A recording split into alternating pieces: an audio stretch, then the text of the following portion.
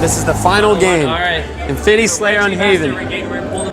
Is this going to be a 5-0? What is it? Is this going to be a 5-0? This is going to be a 5-0. I thought it was already a 5-0 before we started, honestly. And generally it would have been a quick 3-0, but you got to play out the other two just to humor them? Yeah, just for fun and shits and giggles, you know. I just think maybe the teams just aren't really fair. I mean, those 4 pros versus us 4 is just really not a fair match. Well, I mean, we got established pros like yourself and Hoaxster here, and we only got, some no-names like Neighbor and Bestman over on that side, so there's kind of stacked squads. It's a bunch of washed-ups, honestly. Oh, that's the first time I've seen someone get the truth. How did it feel? It was painful, actually. Sometimes the truth hurts, but man, it just needs to happen. All right, so Dave, we were talking about the music track, the audio cues. You said it's one long looping track, and I said it's really cool how the music actually knows what's going on in the game. Yeah, it's not really a looping track. We have our intro, our outro, and then there's all sorts of events that can happen in the middle. So when you started the game, you heard that nice booming intro music. So that's specific for Infinity Slayer. Okay. So it helps build that recognition of like, oh, I'm playing Infinity Slayer. Mm-hmm. And then whenever he's rewarded, you'll hear these little short stingers that kind of mix right into the track very naturally. And it's one of the big audio overhauls we've done on Halo 4 is to be able to support this. That's brilliant. It goes along with how the gameplay is going. Right. Like I was almost thinking it'd be awesome if, like for example, that one time Elamite was doing that rocket. Yeah. And it incorporated like a choking sound. The choking sound? Yeah, for when you fail. That's awesome. Still time to incorporate that possibly. Yeah. I'm That's awesome. What about if somebody like on your team gets a spree and like a musical cue, or an audio cue that lets you know, oh, my teammate just went on a spree or just got a medal for a certain Absolutely. something. So the combat log, we're still working on as much as we can. We're going to put as much information as we possibly can in there. So you'll start seeing it in our objective games even more, which I can't talk about yet. Okay. But yeah, we definitely do, brag about what you did to the rest of your team through the combat log, and we can mix the music with that. About saving clips or anything like that, or theater, or you can talk about anything. I got this one for him. No comment. Thank you. Dang it. Yeah. Okay. Gotcha. All right. Well, I want to go back to Elamite Warrior screen. Best Halo 4 player in the world. I just noticed this hang of Prometheus vision. You can see grenades coming at you as well. Yeah, absolutely. Prometheus vision can't. Oh, he's got ordnance though. Let's see what he pulls in. Right. So if you guys go back and take a look at the first game he played.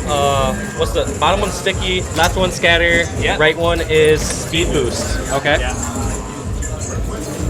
And if you guys go back to the first game that he played, you guys will probably be able to notice. Scatter shot. Yeah. What happened in the first game? I was just saying that, if you go back and watch the first game that he played, he's probably, just more about getting oriented and the feel for the game. And now that, it just shows how fast these guys learn, he looks a lot more comfortable with the game, and now we're about to see some domination. I've seen some people not even use the Prometheus, at least correctly in my opinion. So if I'm in a close range quarter combat area, and let's say I'm around some stairs, and I know it's not like I need to know where the whole map is, I'm really going to just hit that and let it go maybe a quarter, then reset it, because I already see all the people are close enough, and then be able to do that again so I can use that whole engagement against themselves. Is that something that I guess you would do yourself? Like, do you use the full Prometheus when long range, or do you think it's always a good idea to just use it in certain circumstances, like close range to long range, and like only using part of your bar? I think you just choose with whatever works for your playstyle. Yeah. Like there really isn't like a book or a guide to using these armor abilities, because there's so much more going on in the Halo sandbox. Yeah. So for me, it's just like you saw you used it from long range there, and then kind of adapted to it. For me, I'm just trying to find enemies. All the time. True. Yeah, I guess sometimes maybe I either get tunnel vision, or I can just see myself basically being like, all right, I know where the one closest enemy is to me, and I don't have a sniper, so I'm just going to focus on that, and I don't need to see where the rest of the team is at the moment. My favorite time to use it is when I'm the king in Regicide. Because then I can they all know where I am, and it's the only way I can kind of know where they're coming at me from. Right. And so in Regicide, that's the thing, is it's not exactly Juggernaut. It's you have an icon over yourself like a Juggernaut, and people are going to know where you're at. And you can use that to your advantage in some cases. Everyone's going to be coming towards your way, you're worth more points, and like you're saying, use that Promethean vision. They're not going to expect you to be coming right for them. They expect everyone else to come for you as well. So like you can get that closest person to you, just get that nade, one shot, just play it out smart. So I like that. I like the idea for using that. Absolutely. The sticky detonator does it as well. I mean, we've had some crafty kings. Our internally kings are like, oh, they all know where I am. But then once they start finding out different strategies and ways to, take advantage of that, it really just adds another layer of strategy to the mode that, even we weren't anticipating, but we've gotten even more excited about it as we've seen these strategies develop. Yeah, I can definitely see them just evolving. And I would also look at similar situation and be like, all right, during my loadout, I think if I know I'm going to be the king next, I know I have the most points, I'm going to just switch over to Promethean vision, like you said. Definitely, and that's one of the great things about swapping loadouts between deaths. And as you earn more in your Infinity career, you're going to start unlocking more and more loadout options that you can configure. Oh my god! What was that? There's some rage over there. So one gun we haven't talked about was the plasma pistol. I mean, we've seen it just used very little here. Yeah. It's happened against Cal both times, and not to Cal's favor. I feel like, from what I've noticed, is that it seems like it takes a little bit longer to get that full charge on it. I noticed and I that can't too. tell as far as how much it locks on, though. I guess those aren't really questions. I guess those are just more comments on how I've noticed it so far. Because I personally have used, it's evolved from all the Halos. I mean, Halo 1, I would use it just literally like a plasma rifle. I love how it frees people. Yeah, freeze them off. Just pretty much do like 6 to 8 shots and then get a melee and get an easy kill. Halo 2, undot, like that gun was godlike. Just you just charge that up, shoot them, switch to your VR instantly, and the nuke combo. And that's also not only did that gun track so much more, but you're also able to switch weapons that much faster. So it'll be interesting to see how people do this, because I mean, I've seen Kyle get single burst with it. I've seen him get comboed and someone finish off VR. So it's just I can see it very situational use.